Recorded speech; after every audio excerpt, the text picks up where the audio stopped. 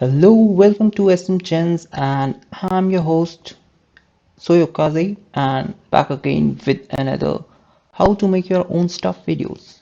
Well, yes, I know it's been a long time. I haven't created something like that, but here I am, new year and new videos, and the same stuff, right? I'm same, but it's going to be something new. And this time we will be creating something called a Node.js app. And what kind of that means, right? Now, if you know what is Node.js and know JavaScript and just a new beginner and you want to create something awesome, something very easy in a few minutes, well, this is the video for you. So what we are going to do is, and let me show you. So here we are on our terminal, well, command prompt in Windows. So what I was telling about is a weather app, and it is not something like a web app.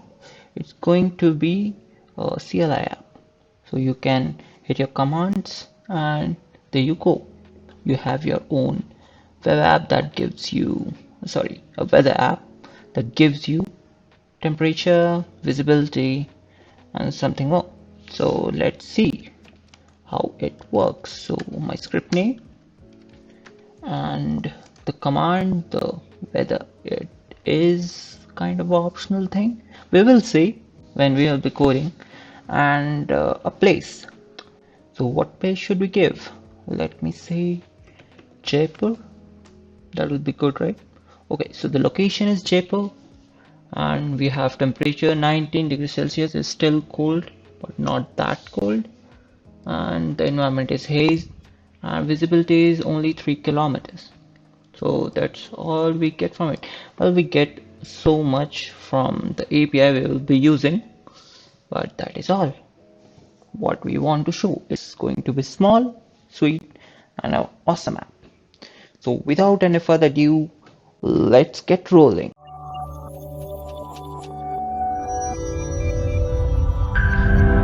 Before we start coding your app, we would need something before that. So first thing we will be needing is a browser, of course, and access to internet. That is the first thing. And the second thing is your knowledge. So you should know something about Node.js, and of course, if you know Node.js, you will know about JavaScript. So these two things are mandatory, Node.js and JavaScript. Now, if you don't know Node.js, that is, well, that's okay for now. You can code along with us and the code will work fine and you can learn what it does later on. And might be, I will be posting some new videos related to Node.js and let me know that in the comments below. So I can work on that and create a playlist for that. So that is second thing, and the third thing, we'll head over to our web browser. That's what I was asking about. About the first thing, that you will be needing a web browser and internet connection. So this is what we want that for. So we need an API, that is OpenWeather API. Now, which API? So the most famous API that I was talking about, the OpenWeather API. So we'll head over to that, type it fast, OpenWeather, okay, sorry, where's H, OpenWeather API. So there we go, home.openweathermap.org, and that's the first thing. You will need to sign in. Now if you haven't, you don't have account on this, you don't know about this, this is the first time you are seeing about this, so head over to that, create an account, create that, set that up, and sign in to your account. So let me do that for me. Now once you have login, signed in successfully into your openweathermap.org portal, web portal, whatever you say it is, the API and stuff, the first thing you will be doing is heading over to the API keys section. So now here you will be seeing a bunch of APIs. Now here are my APIs, that I'm using for my own projects. Of course, there are small projects, that is the Weather app project. And let me show you a new create key. So how you can create your own key, you can give it your name. So we'll give it a name like what? YouTube Weather, cause we are making this video for YouTube and it's for weather. So that is all. We'll give it a name, a unique name. That doesn't matter, it can be anything because we will be not using this as authenticator, so it could be anything. Now generate. Now once that happens, it says API key was successfully created successfully, and you can see here a new API is created. A API key is created. Now I'm showing you this because, well, it's a secret thing. I should not show you, but I'm going to delete this before I upload this video. So sorry for you. That's okay. Now, once this API is done, the API key is done. So the next thing, what we need is an address where we will be asking for our what? The weather data. Yes, of course, you guessed it right. The weather data. So where we will be getting from that? Well, we'll see that in the API section. So once you head over to the API section, you can see we have a few APIs that the OpenWeather API provides. The one we are interested in is the current weather data. So head over to the API doc to see how we will be using this and how we will be doing our API calls. So here we have few, what we can say, the URLs. So copy one of these URL, and we'll be needing these. So copy these to something safe, or just let it be where it is. We can copy it from here. Now that is all done. Now the next step will be creating your Node.js app. Now the coding part, the best part. So we will be using Archit here. So the first thing we'll be creating is a file, no, a folder.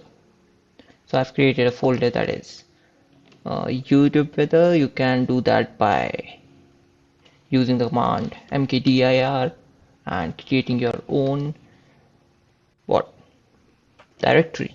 So it cannot be created because I've already created. So the folder is created. Now let's head over to that folder, YouTube Weather. Now once we are into the folder, we will be doing what? Create new file, and we'll be doing that by using touch command or touch. After that, your file name weather.js. So it's a JavaScript file, so its extension will be JavaScript.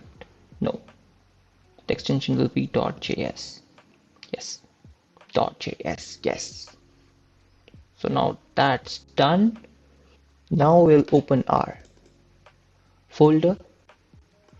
So let me drag that folder to this desktop. Here we have a folder, and here how it looks like. So here we have order.js file. You can use any code editor, any text editor. You can use what? VS Code. You can use Atom, Sublime, or if you are old school, you can even use Notepad. And if you are a terminal freak, you can use Vim, which I don't like, but you can use it. It's on you. As I told, if you are a freak, you can use Vim, Vim, Vim, because only freaks use Vim. I was just kidding. Don't take it seriously. It's pretty hard for me to use Vim, so I do not prefer that. I use normal. I'm a normal human being, so I use text editors. So one of my favorite text editor for just for small codes and learning something new is Atom. So it's open source, and I don't have to do the register thing. I don't have to buy it like Sublime. It's totally free. You can download it too. It's pretty cool. It's easy, it's light, and doesn't hang my computer. So it's good. So that is what it is. Okay, let's open our file. So here we have a file open. It's a JS. So let's open a, okay, we have already a terminal for that. So that is all. So let's get started coding. So first thing, we'll be creating a constant.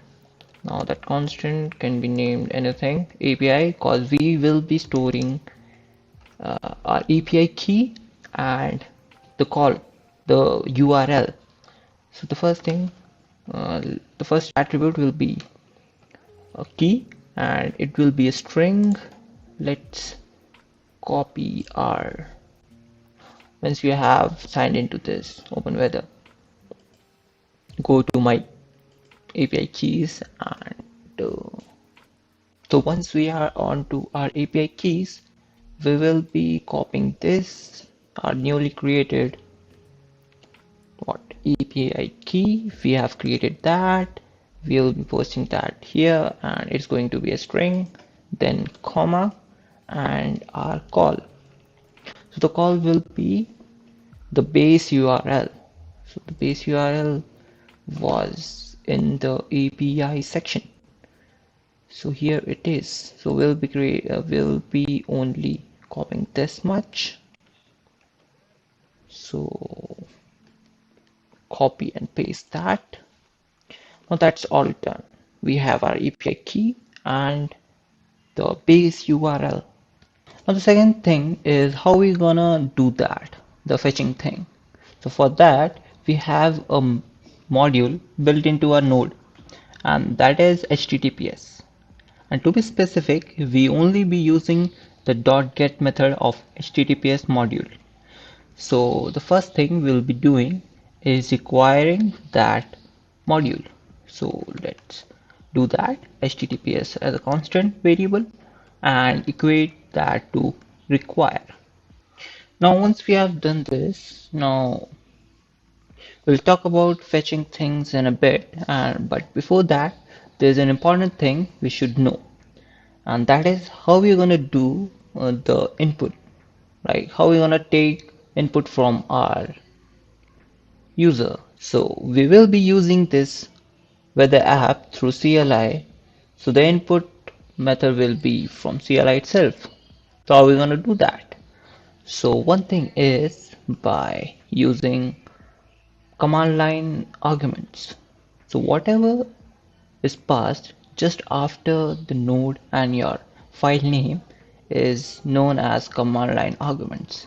So here weather and Jaipur are command line arguments. So how we are gonna access that? Now here you can see I have written weather and after that the place name. So weather will be our command and Jaipur will be, or anything else, any place name will be used as a input for our API call, and we'll be calling our API on this place itself. We need a if clause to compare that whatever we have provided on our first argument, that is a command line argument, is equal to weather or any desired command. So how are we going to access these command line arguments? So for that we have a module named process. Now inside that process we have a method called arg, but it's not a method, it's just an array that contains all the command line arguments. So let's console that out and let's see what it has. So we have consoled it. Now let's run. Okay, run this. Now as you can see, it returns like what we have consoled here. it returns an array, and in the array the first thing is the path of the node, that is this one, and the second one is our file itself, and the third one is our command, that is the weather, and the last one but not least is the place itself, Japan. So here, from accessing this array, we can access the single elements and compare them with our desired commands. So if the user enters a command that is of desired, like weather here, a certain command will be executed, or you can say a certain function will be called. So let's write a code for that. So here we will use if clause. Now into that we'll be accessing the third element, which is the first command line argument. So arg, now second, for the third element, the index value is 2. So for that 2, and we'll equate it to weather. So if the user provides command line argument, that is the first command line argument, just after a file name, after node, if it is weather, do these commands or these functions. So first we'll welcome our user with welcome to the weather teller. Like, why not? It tells the weather, so it's a weather teller. After that, once we have welcomed our user for using our command line app, we will be fetching our data and consoling the data that we have fetched onto the terminal. So for that we will be needing a function. Now the function is of course uh, user defined, so we'll be defining that data bit. Let's write that out. Its name will be weather fetch. Like, why not? We are fetching for the weather, so it's weather fetch, and it will get an argument that will be the last command line argument, that is the place name. So that will be process.arg, and it will be of third index, that is the fourth element of the array, the process.arg array. Okay, so let's delete this one out and write our function. And the function will be an arrow function, weather fetch equals to argument that will be city. It could be anything, but since it's city, so why not? Now here we will be using the HTTPS module, and to be specific, the get method of the HTTPS module. Now here the .get method is also a child object, to be specific, of event emitter class. Now what event emitter class is capable of is we can use the .on method. Now using .on method we can create events that can be that whenever are emitted are called of some function that we will be defining as our second argument of the .on method. So the first one will be the event name. So here the event name is error. So whenever the .get method emits an error called function, or sorry, error named event, a function will be called, and that function takes an argument, that is the error itself, and what it will do, it will console that out. So let's do that. We'll be using ES6 template strings. So error colon and the error itself. So that's the what error handling. So we have used .on method for creating an event. So whenever an error event is emitted, this function will be called. And what this function does is it just simply logs the error with error template, whatever you can say that. Now the main thing is this, the dot get method. It takes two arguments. The first one is the base URL itself on which we will be calling our API. Well, our request will be requesting for data about the weather and according to the city name. So the first argument will be the base URL. Now this is the HTTPS colon forward slash and the rest of the URL.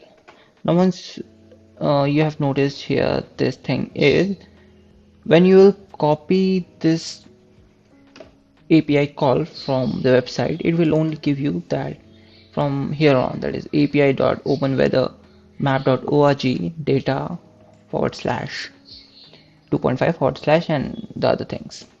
It will not give you this prefix, but you have to add this because if you will not, your app will throw an error that the URL is not valid.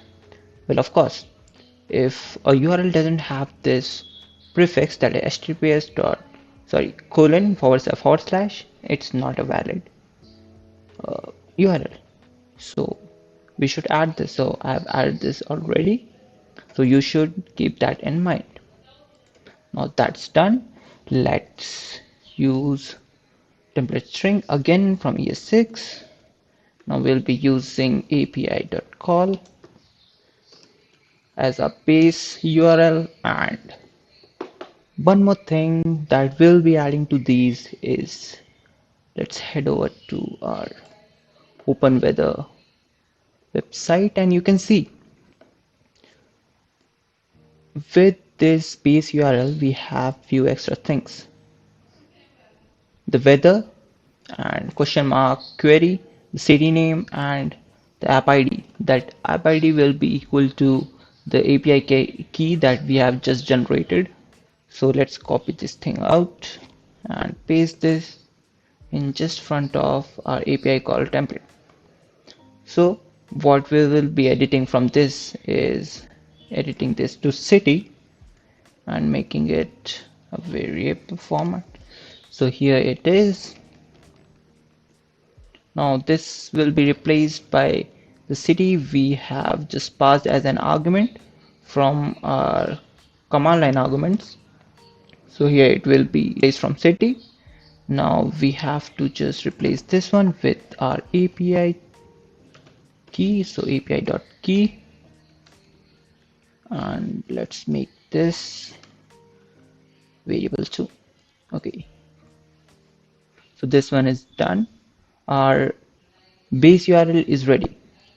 Now before we move on, there's one more thing I have to edit on this, is setting the units. Now we'll be setting the units to metric. Let me get to this in a bit. So what I have done here is I've added another what you can say, an attribute to this base URL that is units and it is equated to metric. Now if you head over to the website, you will see this section parameters. Now it has a queue that is required, that takes city name, city code or anything by comma separated, and an app ID, that is your API key. Now these two things are required, and as you can see it is already appended to the base URL, that is the key q equals to the city name and app ID as your API key. Now there are few more optional parameters. Now the one more is mode. Now in which mode you want. By default it's JSON, so that's okay. We want JSON. We will not touch that. And the second thing which I just changed was units. So by default it is standard. Now by standard I mean the temperature will be in Fahrenheit. That's not what we want. We want in Celsius. So we will be using metric. So the metric will be in Celsius, and the length will be in meters. So we'll change that into kilometers. That's a different thing. So units are of measurement, and these are of three types: standard, metric, and imperial, and we'll be using metric. So that's what I have just done here. I've equated units to metric, and if you want to add any other parameter, just add an ampersand and write your parameter and equate it to whichever mode or value you want, and that will be, of course, according to what it is defined here. So that is that. Our base URL is totally ready, and now the next thing is it will give us a response. So this is just a request that please give us the data of so and so city, and we have provided our key and a city name. So the next thing will be defining a function, that is our second argument. So the second argument is a function that takes an argument that is a response, and again it's a arrow function. Now the fun fact here is that the response is also an object of event emitters. So we can use response, so we can use dot on method on it, and we'll create an event that is the data event. And so whenever we fetch data from an API, an URL, it emits an event. So whenever it gives a response, it emits a event, and that event is data, and it passes a argument, and that argument is the data itself. So whatever data it gets from the API URL, it sends it with the data. Well, it emits it with the data. That's all. So we'll cache that into our function, that is again is going to be an arrow function. So what is going to do, it takes an argument that will be data. Here I'm calling it D. So what we will do is just console.d, console that out and see what this D is all about. So let's do that. What we have done here is,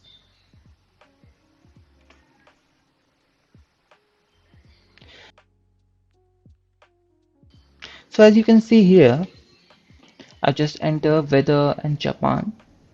So I have got the data, but it is not what we were expecting. It is something encoded, and we want to decode it, and we want it into a JSON object so that we can access all the data in our desired format. So for that, we will be converting this data into JSON object. For that, we have a JSON module, and you will be using JSON.parse method. So for that, let's create a variable. Now constant, let's name it date, like for weather, and equate to JSON, all in capital, dot parse, and we'll pass the data into it. So what this will do is decode the data into JSON object and store it into our desired variable. So let's print that, console that variable, and see if it gives what we were expecting.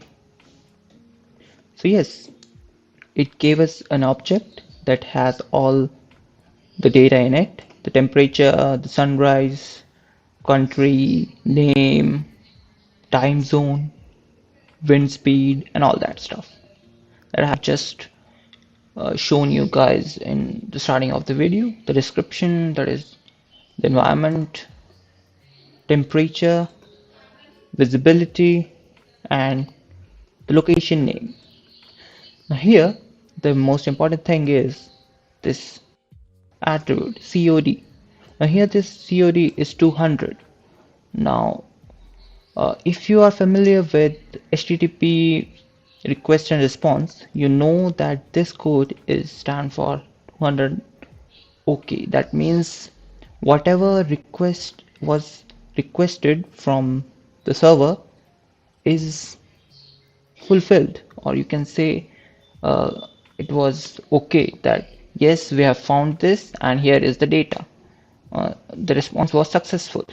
Now what happens if we pass, or we want to find a place that doesn't exist, or we somehow mistyped it?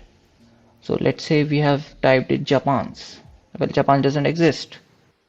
Well, when you pass a country or any city that doesn't exist, well, it will give this data that has a chord attribute with 404. That means the data is not found, the city is not found, and it will give a message attribute which is city not found. Now what we can do is we can use this, and we can use this as error handling in our app. So what we'll do is we will do a comparison here. So if the chord is equal to 404, then console the message, and the message is city not found. So v dot message. Now, and if it is not equal to 404, that means it is equal to, say, 200. Well, of course, if it is not 404, it will be 200. That means the city is found, and yes, and also if, and that's it. Now, that is what we all want. So now let's change this and make it something better. So we want location. The location will be in wait, since we are accessing the data through wait variable, because all data is decoded and as decoded as a JSON object and stored into wait. So we will be accessing from that, and we want to access the location name. So it is in wait.name. So let's enter that out here. Now let's enter escape sequence, that is for a new line. Now temperature.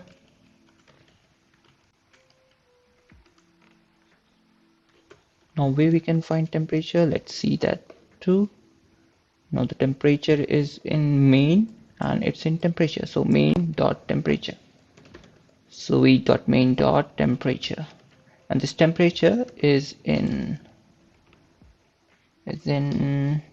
say degree Celsius. So that's it for the temperature. Now for the environment. So environment is in here. The description, broken clouds. So it's in the first. So it's in the weather array, and it's the first element of the weather array. So we'll do this v dot weather, and it's the first element, and dot description. Now again a new line, and last but not the least, visibility. I hope the spelling is right for visibility. Now let's see where the visibility is. So v dot, I guess it's in visibility. Okay, let's copy that out. Copy and paste. So the visibility is, let's remove this space. The visibility is in meters. So let's divide that by 1000. So we'll get in kilometer and add a kilometer sign 2. So that is all. Our app is done. Let's check if we have coded everything correctly, and it works fine. So let's first test that if our city not found message is working or not. So let's pass a city that doesn't exist, that is Japan's. So this country doesn't exist, so it is not. Oh, okay. We haven't saved a file, we have to save it. And again, let's do it again. Okay, it's working fine. So we have entered a place that doesn't exist, so it gives a message city not found. Now what if entered something that exists, so it should give a desired location, temperature, and all that stuff. So let's do that. Voila, we have got what we wanted. So the location is Japan, the temperature is 4.93 degrees Celsius, and that's pretty cold. So, and the environment is broken clouds. Maybe it's going to rain someday tomorrow, I guess. That's what it is. And visibility is pretty clear, 10 kilometers.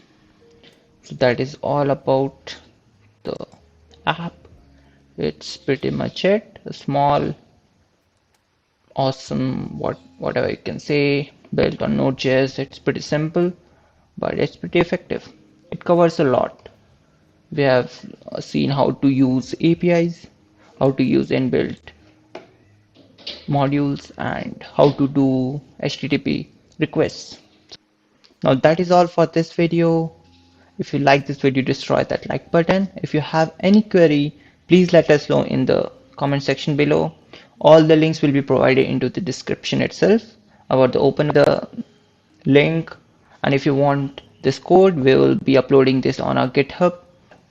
Also, consider subscribing us because we have a bunch of things planned just for you in this new year. And again, happy new year and take care, and we'll catch you in the next video. Till then,